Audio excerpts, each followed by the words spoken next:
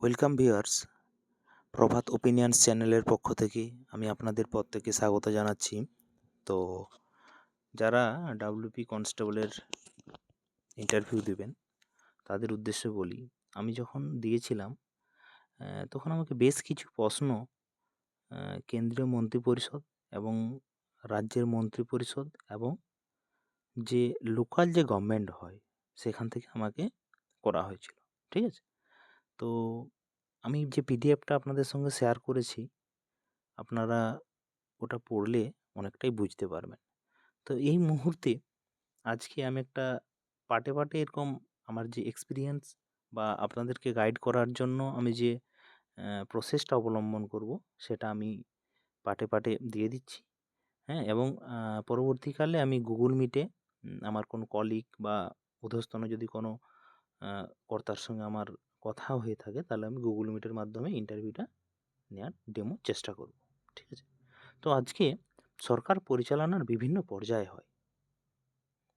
তো তার প্রথম পর্যায়ে আমরা দেখতে গেলে গ্রাম পঞ্চায়েত, যেটাকে আমরা জিপি বলে থাকি।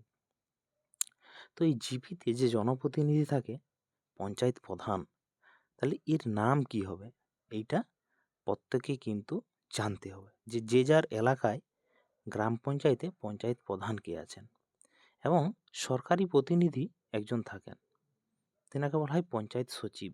তার নামটাও কিন্তু জানতে হবে। ঠিক আছে, ঠিক তার পরের পর্যায়ে আমরা চলে যাব পঞ্চায়েত সমিতি, যেটা কোথায় দেখা যায় ব্লকে, এবং জনপ্রতিনিধি মানে ওখানে যে জনপ্রতিনিধি হেড হয় ব্লক সভাপতি, এবং ওখানে সরকারি প্রতিনিধি যিনি থাকেন বিডিও, ব্লক ডেভেলপমেন্ট অফিসার। ঠিক আছে, তাহলে এখানে এই দুটো নাম, যেহেতু এখানে এলাকা ভেদে এগুলো আলাদা হবে, এগুলো আপনি নেটে সার্চ করলেও কিন্তু পেয়ে যাবেন। ঠিক আছে, বা কাউকে জিজ্ঞেস করতে পারেন। ঠিক আছে, 3 নম্বর হচ্ছে জেলা পরিষদ। জেলা পরিষদের ক্ষেত্রে জনপ্রতিনিধি যিনি প্রধান থাকেন জেলা সভাধিপতি, এবং সরকারি প্রতিনিধি থাকেন ডিএম, ডিস্ট্রিক্ট ম্যাজিস্ট্রেট, জেলা শাসক। ঠিক আছে, এরপরে আমরা চলে যাব জেলার পরে রাজ্যে। রাজ্যের ক্ষেত্রে জনপ্রতিনিধির শীর্ষে যিনি থাকেন মুখ্যমন্ত্রী, এবং সরকারি প্রতিনিধি হিসেবে থাকেন মুখ্য সচিব। বর্তমান আমাদের রাজ্যের পশ্চিমবঙ্গ রাজ্যের মুখ্য সচিব আছেন নন্দিনী চক্রবর্তী আইএস মহাশয়া, এইভাবে বলতে হয়, নন্দিনী চক্রবর্তী আইএএস মহাশয়া। তো এই নন্দিনী চক্রবর্তী আগে কিন্তু স্বরাষ্ট্র সচিব ছিলেন। ঠিক আছে, এবং বর্তমান এখন স্বরাষ্ট্র সচিব হয়েছে জগদীশ প্রসাদ মিনা আইএস মহাশয়। এই জগদীশ প্রসাদ মিনার সঙ্গে আমাদের পশ্চিমবঙ্গ এবং ঝাড়গ্রামের খুব কিন্তু সম্পর্ক জড়িয়ে আছে। কেন? জগদীশ প্রসাদ মিনা অবিভক্ত পশ্চিম মেদিনীপুরের জেলা শাসক ছিলেন।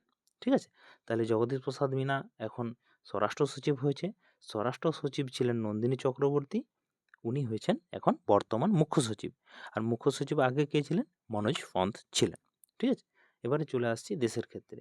দেশের ক্ষেত্রে তো প্রধানমন্ত্রী জনপ্রতিনিধি শীর্ষে, এবং সরকারি প্রতিনিধি রাজ্যের ক্ষেত্রে যখন মুখ্য সচিব বলা হয়, প্রধানমন্ত্রীর ক্ষেত্রে এই পদটাকে বলা হয়ে থাকে প্রধান সচিব, ডক্টর পিকে মিশ্র, ডক্টর প্রমোদ কুমার মিশ্র। ঠিক আছে, তো এইখানে আমরা প্রায় 5টা 5 দুগুণে 10টা নাম, হ্যাঁ, আপনারা প্রত্যেকে রেডি করে রাখবেন, এবং খুব গুরুত্বপূর্ণ, এইগুলা থেকে আপনি নাম অবশ্যই পাবেন। ঠিক আছে, কোনো না কোনো নাম এখান থেকে অবশ্যই পাবেন।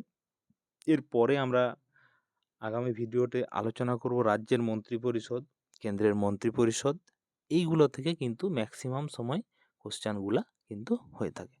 ঠিক আছে, নমস্কার, ধন্যবাদ। এটাই ছিল আজকের আপডেট।